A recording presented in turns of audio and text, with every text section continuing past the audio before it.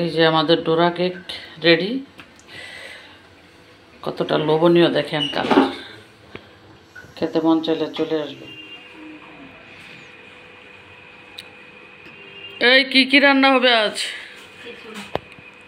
এই দেখেন, এইটা মানে উল্টা উত্তর।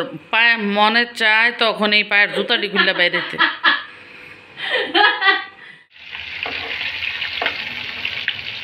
দুইটা বাইরে দিলে তো দুইটা দিয়ে আমরা ভাত খেয়ে ফেলতে পারতাম।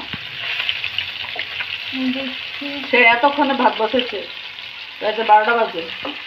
দেখেন রাত 12টা বাজে, ভাত আছে টাইম মিলে। দেখেন বলেন, মাসে রোজা রমজানে সেহরি খেলেও এরকম অত্যাচার করে না, ও এরকম অত্যাচার করে। এটা কিন্তু আরো 2 ঘন্টা আগে হইতে পারতো, তাই না?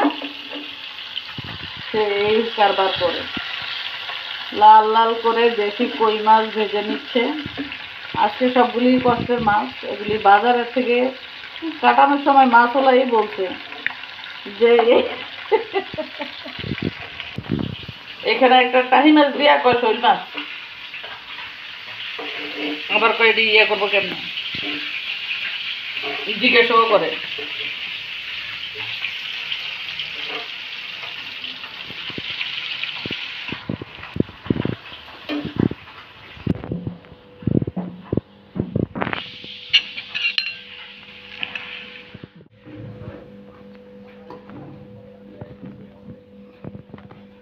ওদেরকে নষ্ট করার একমাত্র ইয়ে হচ্ছে মানুষ, হচ্ছে সে তুমি।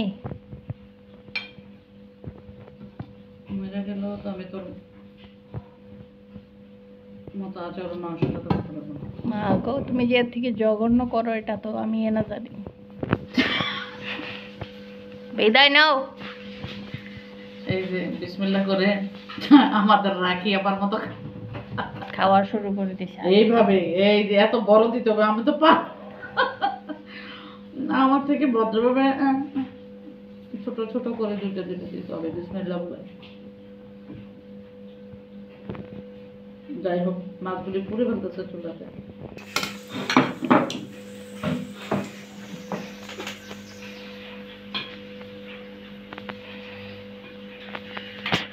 এই যে গরম গরম পুঁটি মাছ, স্বাদের সেই কাটা সহ। এটা আমার নানা নাকি বড় বড় কই মাছ দিয়ে চিরা দিয়ে খাইতো, চিরা কাটা সহ চাবাই। নিজে ধরে আনতো খাল থেকে আইনা, তারপর চিরা। সেই দিন কোথায়, মাছই তো পায় না মানুষ, আর চিরা দিয়ে মাছ খাবে, তাই না? দেশি কই মাছ, সেই সব। বিদায় নেই খাইতে খাইতে, আর কত কত বলবো। আল্লাহ হাফেজ।